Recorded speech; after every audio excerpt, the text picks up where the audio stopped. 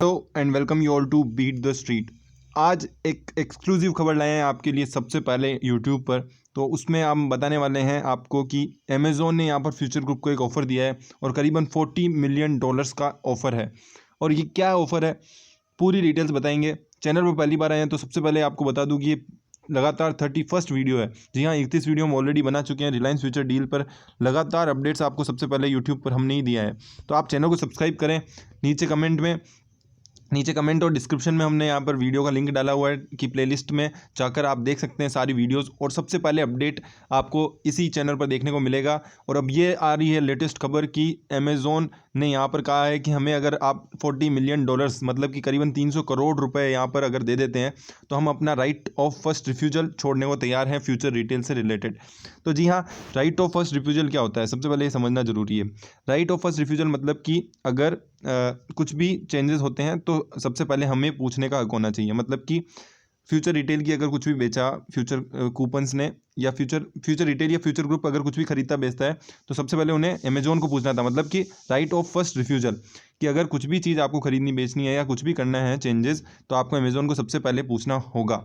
तो वो अधिकार ये हटा देंगे कि आप जो फ्यूचर ग्रुप कुछ करना चाहता है वो कर सकता है, और हम उस अधिकार को आपको $40 मिलियन में बेचेंगे। मतलब कि करीबन 300 करोड़ रुपए हम आपसे लेंगे, ताकि आपको जो रिलायंस की डील करनी है वो कर सकते हैं फिर आराम से। तो 300 करोड़ रुपए का ये ऑफर दिया है अमेज़ॉन ने। और ये इसकी जो फाइलिंग है, डॉक्यूमेंटेशन आप देख सकते हैं, सिंगापुर इंटरनेशनल आर्बिट्रेशन सेंटर में सबमिट किया है US based e commerce giant Amazon ने। जी हाँ, अमेज़ॉन ने, ये एक बिल्कुल नई एक्सक्लूसिव खबर है। तो आप चैनल को सब्सक्राइब करें ताकि आपको इसी तरह की अपडेट्स और मिल सके। तो इन्होंने यहाँ पर बताया है, टाइम्स ऑफ इंडिया ने यहाँ पर कोट किया है कि $40 मिलियन कंपनसेशन के रूप में यहाँ पर फ्यूचर ग्रुप से मांग रही है, ताकि वो रिलायंस के साथ जो भी डिस्प्यूट चल रहे हैं, फ्यूचर ग्रुप और रिलायंस की जो डील से रिलेटेड जो भी डिस्प्यूट है वो यहाँ पर छोड़ने को तैयार है। और ये वर्बल ऑफर दिया है अभिजीत मजूमदार, जो कि अमेज़ॉन के corporate development and private investment हैं के सीईओ हैं। अभिजीत मजूमदार ने यहाँ पर ऑफर दिया है, और ये ऑफर आ रहा है अमेज़ॉन की तरफ से करीबन 300 करोड़ रुपए की। पर इसकी पुष्टि अभी तक फ्यूचर और अमेज़ॉन दोनों ने ही नहीं की है। बट आपको बता दें कि ये सबसे एक्सक्लूसिव खबर है जो सबसे पहले आपको यहाँ पर हम दे रहे हैं। Future Group has further claimed that Amazon India's head Amit Agarwal knew about the progress of the talks between Reliance Industries and Future Retail even before the deal was made। तो ये फ्यूचर ग्रुप ने यहाँ पर बताया कि उनके जो Amazon के इंडिया के हेड हैं अमित अग्रवाल, उनको इस पूरी जो डील थी रिलायंस फ्यूचर की डील, उसका पहले ही पता था। बट उन्होंने पहले कुछ भी यहाँ पर आपत्ति नहीं जताई। और उसके बाद जब एक बार डील हो चुकी थी, 1 महीने बाद उन्होंने यहाँ पर इस तरीके की चीज़ें करना शुरुआत की। सिंगापुर आर्बिट्रेशन कोर्ट में गए, उसके बाद दिल्ली हाई कोर्ट में गए, और अभी भी दिल्ली हाई कोर्ट में केस चल रहा है। हालांकि यहाँ पर रिलायंस और फ्यूचर ने जिस तरीके से वहाँ पर एक जीत हासिल कर ली है कि एनसीएलटी का अप्रूवल, एनसीएलटी की मीटिंग यहाँ पर अब होने वाली है। और आज शाम को अब एक और वीडियो देखने वाले हैं जिसमें एनसीएलटी में आज क्या होने वाला है उसके बारे में हम डिटेल बताएंगे। बट ये सबसे इंपॉर्टेंट अपडेट आज आया था, तो आपको ये देना सबसे पहले ज़रूरी था। अभी तक क्या हुआ है कि 24,713 करोड़ की टोटल डील हुई है। अमेज़ॉन और फ्यूचर ग्रुप की सबसे पहले डील होती है, उसके बाद फ्यूचर ग्रुप की मुकेश अंबानी की रिलायंस रिटेल के साथ डील हुई है करीबन 24,713 करोड़ की अगस्त में।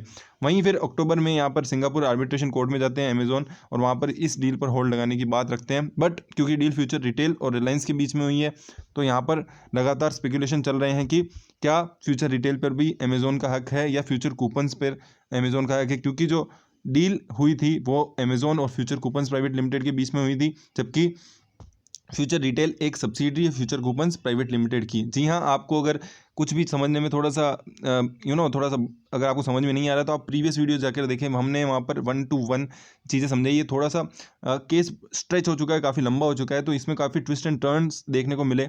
कल सीसीआई का भी हमने बताया था कि किस तरह सीसीआई, फेमा, ईडी अमेज़ॉन के पीछे पड़े हैं, कि किस तरीके से 2019 में यहाँ पर डील को अप्रूवल मिला था। तो वो यहाँ पर देखने लायक है, क्योंकि जिस तरीके के अब जजमेंट्स आ रहे हैं वहाँ पर साफ लग रहा है कि कहीं ना कहीं एफडीए की लिमिट्स हर्ट हुई है, या कहीं ना कहीं सीसीआई ने गलत अप्रूवल तो नहीं दे दिया।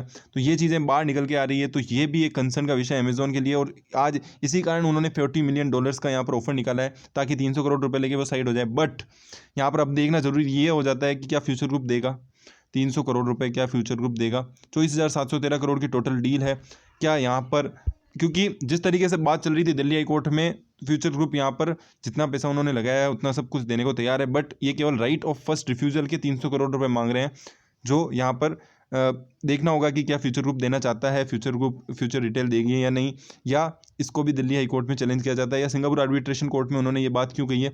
ये सब चीज़ें अभी तक क्वेश्चनेबल है और किसी ने अभी तक इसको अप्रूव नहीं किया है। तो आपको केवल अपडेट के लिए हम यहाँ बता रहे हैं, और बाकी ये चीज़ें बहुत ही कॉन्फिडेंशियल है। तो आप इसे शेयर करें ज़्यादा से ज़्यादा लोगों के साथ, ताकि सबको पता चल सके कि किस तरीके की यहाँ पे वार्तालाप अभी चल रही है अमेज़ॉन फ्यूचर ग्रुप के बीच में, और साथ ही साथ क्या डील यहाँ पर रिलायंस और फ्यूचर डील का स्टेटस क्या है वो अब मैं बताने वाला हूँ। क्योंकि 49% स्टेक आपको पता है कि अमेज़ॉन ने खरीदा था 2019 में फ्यूचर कूपन्स प्राइवेट लिमिटेड में, and also acquired 3.58% stake in the retail entity में हम वो ज़्यादा स्टेक खरीद नहीं सकते, क्योंकि मल्टी ब्रांड स्टोर में, इंडिया की मल्टी ब्रांड अगर कोई भी कैटेगरी में कोई कंपनी होती है तो उसमें आप एक सर्टेन परसेंटेज से ज़्यादा स्टेक नहीं खरीद सकते हैं। वहाँ पे जितना आप फ्यूचर कूपन्स में खरीद सकते थे, तो उन्होंने फ्यूचर कूपन्स के में पैसा लगाया और फिर 3.58% रिटेल एंटिटी में लगाया। बट उन्होंने फ्यूचर कूपन्स के जो एग्रीमेंट था उसमें लिखा था कि आप रिलायंस के साथ आप यहाँ पर डील नहीं कर सकते हो आगे फर्दर। बट उन्होंने फ्यूचर रिटेल वाली डील में वो चीज़ नहीं थी, तो यही कंसर्न निकल के आता है दिल्ली हाई कोर्ट में भी, और वहाँ पर फिर कोर्ट बोलता है कि किस तरीके से दोनों चीज़ों को साथ नहीं पढ़ा जा सकता। आपका जो एग्रीमेंट है वो फ्यूचर कूपन्स प्राइवेट लिमिटेड के साथ है, ना कि फ्यूचर रिटेल के साथ। और फ्यूचर कूपन्स प्राइवेट लिमिटेड यहाँ पर ने अप्रूवल दे दिया है ऑलरेडी, क्योंकि 51% स्टेक ऑलरेडी फ्यूचर ग्रुप के पास था, तो उन्होंने ऑलरेडी फ्यूचर रिटेल को अप्रूवल दे दिया है। और फ्यूचर रिटेल को यहाँ पर एनसीएलटी की अब जो मीटिंग है, एनसीएलटी मतलब नेशनल कंपनी लॉ ट्राइब्यूनल, उनकी एक मीटिंग वहाँ पर होल्ड करनी है, और उसमें शेयर होल्डर अगर अप्रूवल दे देते हैं, फिर एनसीएलटी अगर अप्रूवल दे देता है, तो रिलायंस फ्यूचर रिटेल की डील को कोई रोक नहीं सकता। अब आ जाती है बात जो 300 करोड़ रुपए का जो ये अप्रूवल अभी निकल के आती है नई बात, तो ये देखना होगा कि कहाँ तक जाती है। और इसके अलावा अगर हम आपको बताएं तो सबसे पहले अमेज़ॉन और फ्यूचर ग्रुप की यहाँ पर डील होती है, जिसमें फ्यूचर कूपन्स प्राइवेट लिमिटेड और अमेज़ॉन के बीच में एग्रीमेंट होता है, और करीबन 49% स्टेक खरीदा जाता है। उसके बाद चल रहा होता है, और उसके बाद यहाँ पर बाद में निकल के आता है कि फ्यूचर रिटेल के पास पैसे नहीं होते हैं, क्योंकि कोविड-19 और पेंडेमिक के चलते काफ़ी कंपनियां वहाँ पर उनकी बैंकरप्ट होती हुई नज़र आती है। तो यहाँ पर बहुत बड़ा कंसर्न निकल के आता है। फिर वो रिलायंस के साथ डील करते हैं, और रिलायंस के साथ डील में ये फाइनलाइज होता है कि फ्यूचर रिटेल को और उनके साथ एक स्वेप रेशो का एग्रीमेंट किया जाता है साइन, और फ्यूचर एंटरप्राइज लिमिटेड और थोड़ी बहुत सारी कंपनियां किशोर बियानी को दी जाती है, और उनको बोला जाता है कि हम आपका डेट भी थोड़ा बहुत रीपेमेंट करने को तैयार है, और थोड़ा बहुत पैसा आपको देने को तैयार है, जिससे कि एम्प्लॉय का भी लॉस नहीं होता है, कंपनी भी ख़त्म नहीं होगी, और हम भी चाहते हैं कि यहाँ पर आगे से आगे कैरी ऑन होता रहे। तो ये चीज़ें निकल के आती है, और उसके बाद फिर ये दिल्ली हाई कोर्ट में जाते हैं। दिल्ली हाई कोर्ट में कहते हैं कि इनको अप्रूवल नहीं मिलना चाहिए। जो सेबी और सीसीआई ने भी अप्रूवल दे दिया। फिर एक स्टेटस क्वो का ऑर्डर आता है, जिसके ऊपर भी हमने वीडियो बनाई है। 2 फेब को स्टेटस क्वो का ऑर्डर आता है, फिर उसको चैलेंज किया जाता है दिल्ली हाई कोर्ट में ही। तो दिल्ली हाई कोर्ट में स्टेटस क्वो का ऑर्डर आपको पता ही होगा। स्टेटस क्वो मतलब कि आप जितनी स्टेचुटरी अथॉरिटीज़ है वो काम अपना होल्ड पे कर दें, और आगे काम प्रोसेसिंग नहीं होगी। जैसे पहले अक्टूबर 20 से पहले जो SEC का ऑर्डर आया था, उससे पहले जो स्टेटस था वो दोनों कंपनीज़ का वही स्टेटस हो जाएगा। मतलब कोई भी मर्जर नहीं होने वाला है, जो डील स्ट्रक्चर जो हुआ था वो नहीं होने वाला है। तो उस तरीके से ही बोला था, बट क्योंकि स्टेटस क्वो के ऑर्डर को फिर से चैलेंज किया जाता है, और वहाँ पर फिर जीत हो जाती है। और इसके बाद अब भी NCLT में प्रोसेसिंग चल रही है। आज शाम तक हम आपको एक और अपडेट देने वाले, तो चैनल को सब्सक्राइब करें ताकि आपको अपडेट मिल सके। और अब देखना ये होगा कि $40 मिलियन का डॉलर कहाँ तक पहुँचता है, क्या ये सच है या नहीं, ये भी आपको इसी वीडियोज़ में आगे आने वाले समय में पता चलेगा। तो आप चैनल को सब्सक्राइब करके रखें, वीडियो को लाइक और शेयर करें, और दोस्तों के साथ ज़्यादा से ज़्यादा शेयर करें, ताकि आपको इसी तरह की अपडेट्स मिल सके। Thank you so much. अगर आपका कोई कंसर्न है, कोई इससे रिलेटेड कोई क्वेश्चन है, तो आप कमेंट सेक्शन में डाल सकते हैं। बाकी प्लेलिस्ट को जरूर विजिट करें, और ज़्यादा से ज़्यादा वीडियोज़ को शेयर करें, ताकि लोगों को इस तरह की अपडेट्स मिल सके। Thank you.